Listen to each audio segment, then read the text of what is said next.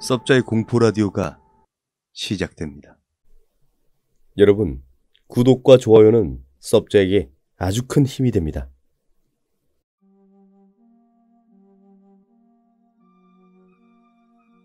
어쩌다 보니 제가 겪은 또 하나의 이야기 보따리를 섭자님께 풀게 됐네요.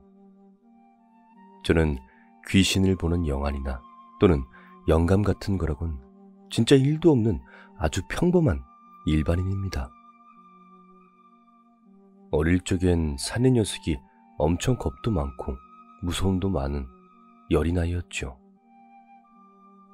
귀신이나 또는 그 비슷한 무언가를 보고 싶어 한다거나 보고 싶다는 생각을 해본 적도 없습니다. 지금이야 공포 컨텐츠에 관심을 갖고 좋아해 영화나 드라마, 유튜브 등을 통해서 그렇구나 하는 정도로만 즐기고 있습니다. 전 귀신보다 산 사람이 더 악랄하고 무섭다고 생각하는 사람이고요. 그래도 반세기를 가까이 살아오며 보고, 듣고, 겪어온 일들이 이렇게 쌓이다 보니 다른 이에게 제 이야기도 풀어볼 수 있게 되네요. 그런데 그런 공포 컨텐츠를 즐긴다 하더라도 막상 내 자신에게 그런 일들이 닥치면 얼마나 무시무시한 지옥 같은 현실이 되는지 한번 경험해 본 적이 있어 여기에 사연을 전해봅니다. 때는 2007년 저희 아버지의 오랜 지인분이 살고 있던 아파트를 저희가 사게 됩니다. 인천 하객동에 있는 아파트 1차 12동 513호. 그 당시에도 이미 오래된 아파트였지만 넓은 크기에 관리도 잘 돼 있어 괜찮아 보였고, 우리도 넓은 집에서 한번 살아보자며 부모님과 제가 돈을 모아 마련해 융자까지 끼고 해서 어렵사리 첫 계약 이후 1년 뒤 이사를 들어가게 됩니다. 그 여자 지인분은 그 집이 처음 분양될 당시에 오랜 세월을 사셨고, 그곳에서 남편분을 사별한 이후 넓은 집에 혼자 지내기도 적적해 이젠 나이도 들어 보다 혼자 살기 좋은 환경을 찾아 작은 집을 구해 살고 싶다며 서로의 여건을 맞추어 1년 뒤로 이사를 나가고 들어가게 되었던 것이죠. 그 시절에 제 남동생은 일 때문에 몇 년간 미국에 나가 살고 있었고, 저도 결혼하기 한참 전이라 가족은 아버지, 어머니, 저와 여동생 이렇게 4식구였습니다.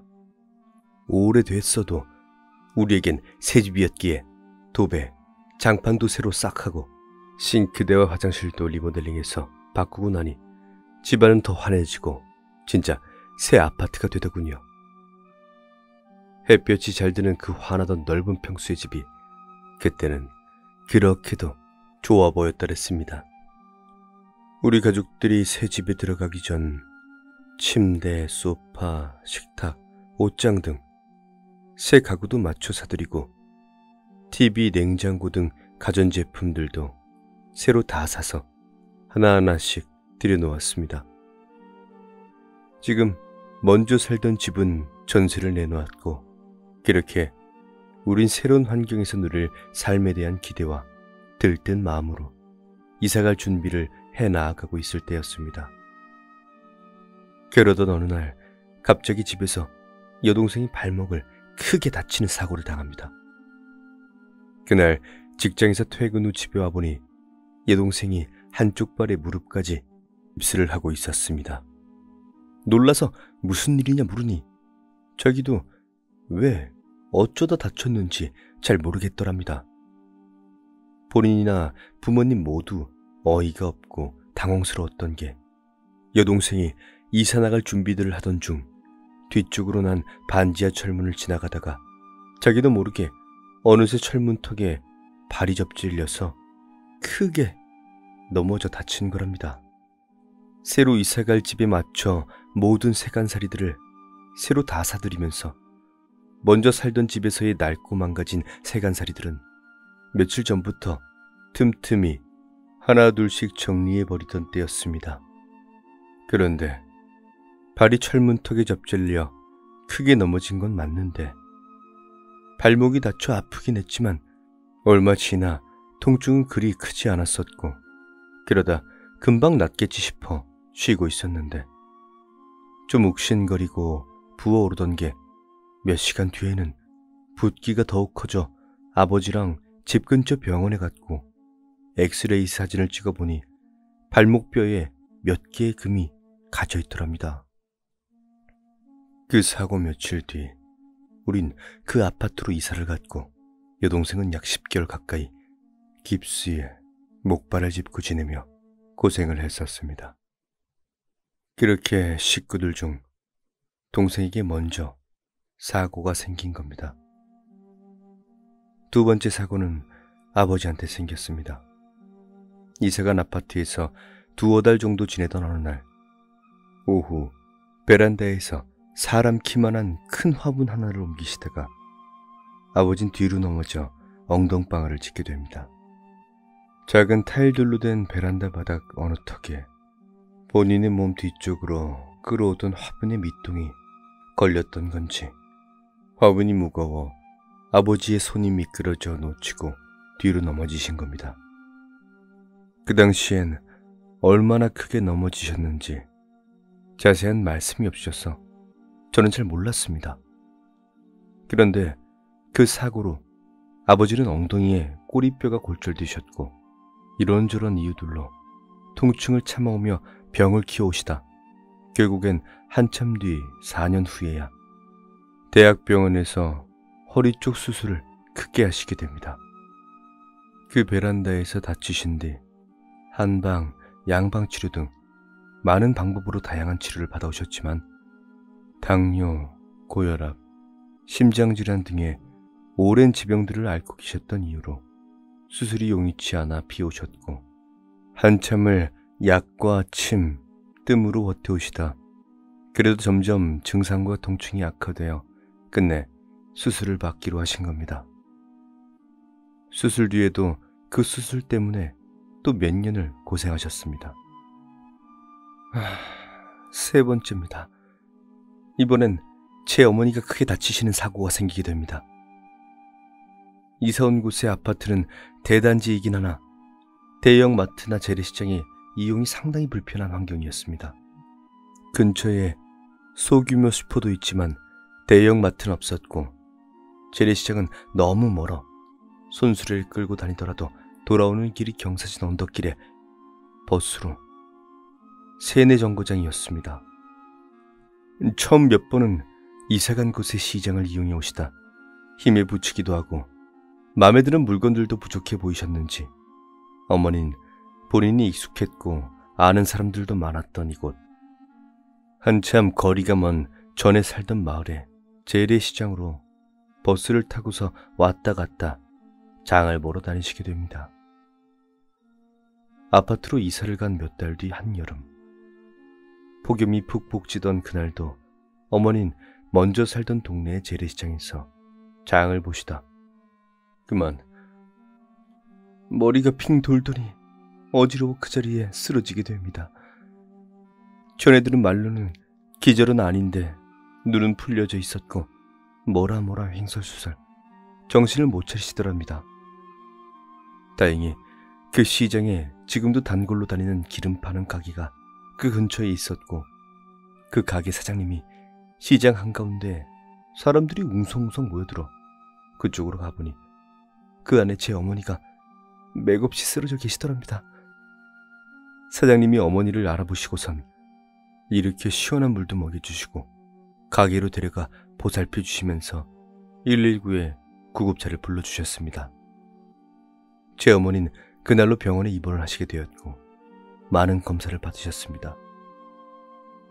처음 갔던 병원에선 몇 번의 검사에도 제대로 된 병명을 못 찾아 고생만 하셨고 그렇게 퇴원 뒤 한의원도 찾아가 보고 다양한 치료를 시도해 보았지만 허서였습니다. 서 있기는커녕 앉아 있기도 힘들었고 누워 있어도 머리가 너무 어지럽다고 어지러우니 속도 울렁거려서 자꾸만 토악질을 하시고, 그러니 뭘 먹지도 못하고 아무것도 먹지를 못하니 몸은 여기저기 더 쇠약해지고 병은 더더욱 나빠져가고. 신경쇠약이 얼마나 무서운 건지 옆에서 안 겪어본 사람들은 절대 이해 못하실 겁니다. 예로 에어컨을 틀어 창문을 다 닫아놓은 다음 여름밤 그 창밖의 나무에 매미 우는 소리에도 귀가 꽝꽝, 대포 소리 마냥, 또는 귀 바로 옆에서 꽝꽝 꽝꽝 꽹가리 치는 것처럼 엄청 시끄럽고 크고 울린다고. 그렇게 밤이면 더 힘들어 하셨고 매일 밤 눈물을 흘리며 우시던 어머니는 정말 미칠 것 같다며 괴로워하셨습니다. 어머니는 그때 신경정신과 진료와 치료도 함께 받으셨습니다. 폐쇄병동에 얼마간 2번이나 입원도 하셨고요. 어머니의 경우엔 저도 지난날에 헤아릴 수 없이 불의를 저질렀고 워낙 속속이고 잘못한 일들이 많아서 그런지 그로 인한 정신적인 괴로움과 오랜 세월 쌓인 스트레스도 큰 몫을 더해드렸던 것 같습니다.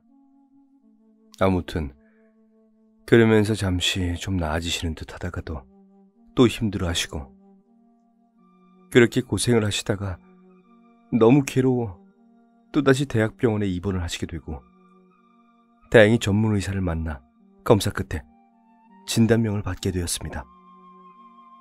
이명, 말 그대로 귀울림이란 병명입니다.